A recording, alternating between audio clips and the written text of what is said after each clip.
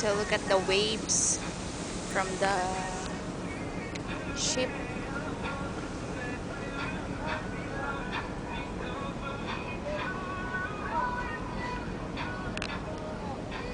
So I'm having fun. So I think I realize and I'm sure that it's more fun in the Philippines. So hindi ko akalain na meron pala dito sa General Santos City ng mga bundok na nandoon sa malayo na eh.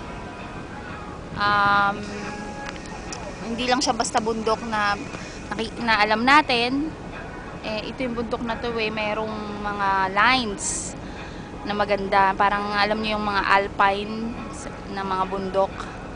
Ayan, so ayan, malapit na. So later on, bababa na ako at mamimili ng mga pasalubong na tuna fish. Okay? So medyo mahal yung tuna kasi sa Maynila, kaya I want to have a chance na to give this opportunity to buy a lot of tuna. Okay, ayan na. Tingnan nyo. Umuusok na ang ship. Sinasakyan.